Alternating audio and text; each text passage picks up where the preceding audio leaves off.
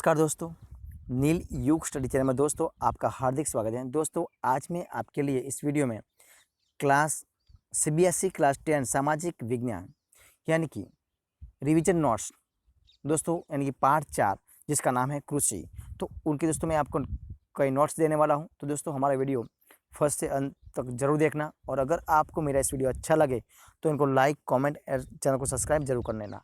देखिए दोस्तों शुरुआत करते हैं सारांश से।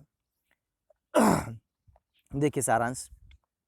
कृषि कृषि एक प्राथमिक क्रिया है जो हमारे अधिकांश का खाद्यान्न उत्पन्न करती है। प्रौद्योगिकी और संस्थान सुधार, तो इनमें भी देख लीजिएगा।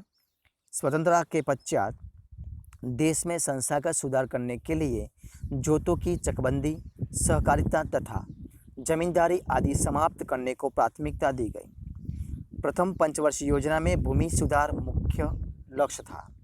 पैकेज टेक्नोलॉजी पर आधारित हरित क्रांति और श्वेत क्रांति हुई। विकास कुछ क्षेत्रों तक सीमित रहा।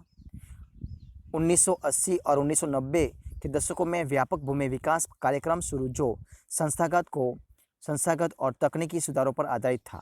सूखा, बाढ़, चक्रवात, आग तथा बीमारी के लिए फसल बीमा के प्रावधान। किसानों को कम दर पर ऋण सुविधाएं प्रदान करने के लिए ग्रामीण बैंकों, सहकारी समितियों और बैंकों की स्थापना की गई। किसान क्रेडिट कार्ड और व्यक्तिगत दुर्घटना बीमा योजना शुरू किया गया। आकाशवाणी और दूरदर्शन पर किसानों के लिए मौसम की जानकारी के बुलेटिन और कृषि कार्यक्रम प्रसारित करना। किसानों को बिचौलियों और दलालों के शोषण से बचाने के लिए न्यूनतम सहायता मूल्य और कुछ महत्वपूर्ण फसलों के लाभदायक खरीद मूल्यों की सरकार घोषणा करती है। आगे, कृषि का राष्ट्रीय अर्थव्यवस्था, रोजगार और उत्पादन में योगदान। तो देखिए, सकल घरेलू उत्पाद में कृषि का योगदान। जनसंख्या के लिए योगदान। आजीविका का साधन। भारत सरकार ने आधुनिकीकरण के लिए बरसकत प्रयास किया है।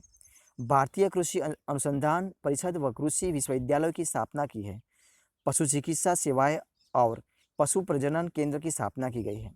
बागवानी विकास किया गया है। मौसम विज्ञान और मौसम के पूर्वानुमान के क्षेत्र में अनुसंधान और विकास किया गया है। देखिए, निम्नलिखित प्रश्नों के उत्तर देना है आपको। तो देखिए 8 क्वेश्चन दिए गए, उनके आंसर आपको देना है। तो देखिए क्वेश्चन 1, कृषि में दोस्तों पहले हम सारे क्वेश्चन देख लेते हैं। कृषि में कौन से प्रौद्योगिकीय और संस्थागत सुधार किए गए हैं? दूसरा, पैकेज टेक्नोलॉजी क्या है? तीसरा, सरकार किसानों को फसल बीमा क्यों देती है? चौथा, भारत में कृषि का राष्ट्रीय अर्थव्यवस्था में योगदान क्या है? पांचवा, भारतीय कृषि को किस प्रकार आधुनिक बनाया जा सकता है? छठा, किसानों के लिए टेलीविजन और रेडियो पर मौसम संबंधी जानकारी देने के पीछे क्या उद्देश्य है? सातवां, जोतों की चकबंदी का क्या अर्थ है? इसकी जरूरत क्यों पड़ी? आठवां, सरकार किसानों के लिए न्यूनतम सहायता मूल्य क्यों निर्धारित करती है? दोस्तों उन सारे क्वेश्चन के आंसर देखते हैं हम। देखिए क्वेश्चन 1, कृषि मेले में लिखित प्रौद्योगिकी है और संस्थागत सुधार किए गए हैं। दूसरा, उनके आंसर देखिए। पहला वाला देखिए, प्रथम पंचवर्षीय योजना में किसी को विशेष महत्व दिया गया। सिंचाई के लिए कई योजनाएं बनाई गई और कम उपयोग भूमि को भी खेती योग्य बनाने के लिए कदम उठाए गए। नए और वैज्ञानिक ढंग से कृषि के साधन अपनाए गए नहीं और अधिक को कुछ देने वाले बीज तैयार किए गए। किसानों को खाद इस्तेमाल करने के लिए प्रोत्साहित किया गया, जो उन्हें कम कीमत पर देने का प्रबंध किया गया है।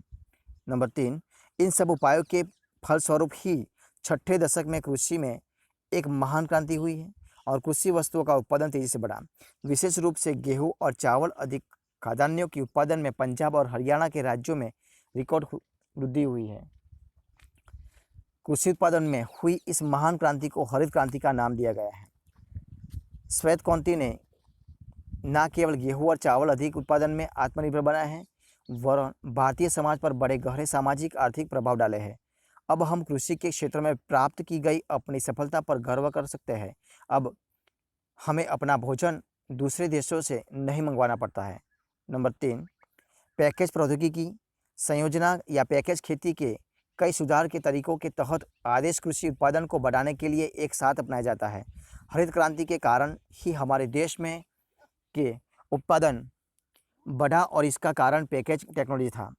नंबर 3, फसलें प्रायः प्राकृतिक आपदाओं जैसा सूखा, बाढ़, ओलावृष्टि, चक्रवातों, आप और अनेक लोगों आदि के कारण नष्ट हो जाया करती थी। तो ऐसे में किसानों को बहुत उठाह नहीं उठानी पड़ती थी। बहुत से किसानों को भूखमरी का सामना करना पड़ता था। इन आपदाओं से बचने के लिए फसल बीमा योजना शुरू की गई है। इसके द्वारा अब घाटे की पूर्ति करना संभव हो गया है। अब किसी भी प्रकार की आपदा से फसल नष्ट हो जाने पर किसानों को पूरा मुआवजा मिलता है, जिससे उनकी काफ़ी सुरक्षा हो गई है। नंबर 4, एक 4वां क्वेश्चन का पहला, भारत एक कृषि प्रधान देश है। भारत की लगभग 17% जनता आज भी कृषि के कार्य में लगी हुई है। दूसरा, कृषि से भारत की विशाल जनसंख्या को भोजन प्राप्त होता है। हमारी कुल राष्ट्रीय आय का लगभग 45% कृषि, वन और मछली पालन से प्राप्त होता है। इससे कृषि पर निर्भर उद्योगों को कच्चा माल मिलता है। 5 नंबर, हमारे देश का औद्योगिक ढांचा है हमारी खेती के विशाल आधार पर निर्मित किया गया है। कृषि पर आधारित 2 रोजगार अवसर प्रदान करते हैं, विशेषकर ग्रामीण क्षेत्र में। छठा आंसर, विदेशी मुद्राओं कमाने के लिए भी एक बड़ा स्रोत है। प्रश्न 5 का उत्तर, भारत में कृषि में परंपरागत औजारों जैसे फावड़ा, खुरपी, कुदाल, हंसिया, बवल के साथ ही आधुनिक मशीनों का प्रयोग भी किया जाता है। किसान जुताई के लिए ट्रैक्टर, कटाई के लिए हार्वेस्टर तथा गहाई के लिए थ्रेशर का प्रयोग किया करते हैं। भारत में सिंचाई का मतलब खेती और कृषि गतिविधियों के प्रयोजन के लिए भारतीय नदियों, तालाबों, कुओं, नहरों और अन्य कृत्रिम परियोजनाओं से पानी की आपूर्ति करना होता है। भारत जैसे देश में 64% खेती की भूमि मानसून पर निर्भर होती है।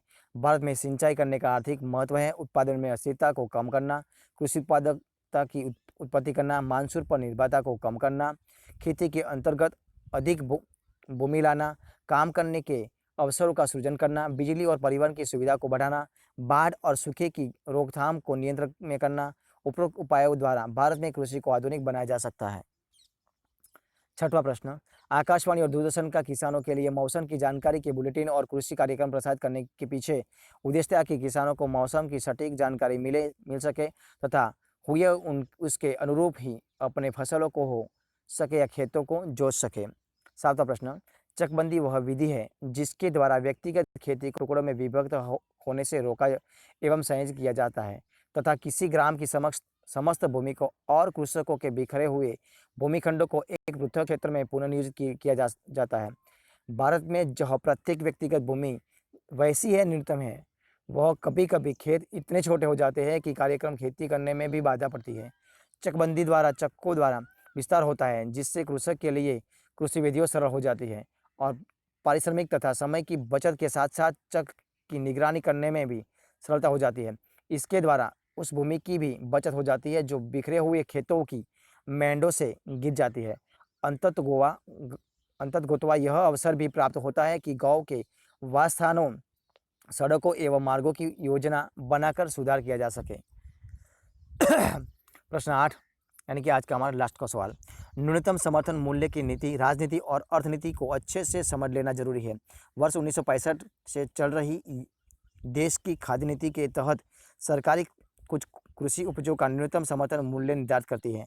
इस मूल्य निर्धारण का मकसद होता है देश में खाद्यान्न और कृषि उपजों की कीमतों पर नियंत्रण रखते हुए किसानों को उपज का सही मूल्य सुनिश्चित करना। हमें यह सिखाया जाता है कि इसका मतलब केवल सरकारी खरीद से होता है। दोस्तों, आज का हमारा वीडियो यहाँ हम खत्म करते हैं। दोस्तों, अगर आपको मेरा इस वीडियो अच्छा लगा हो तो हमारे वीडियो को लाइक कीजिए, कमेंट कीजिए, आपके दोस्तों में शेयर करना है। और अगर लास्ट तक अब तक आपने हमारे चैनल को सब्सक्राइब नहीं किया तो हमको सब्सक्राइब करना मत भूलिए। तो दोस्तों, हमारा इस वीडियो फर्स्ट तक देखने के लिए आपका बहुत बहुत धन्यवाद।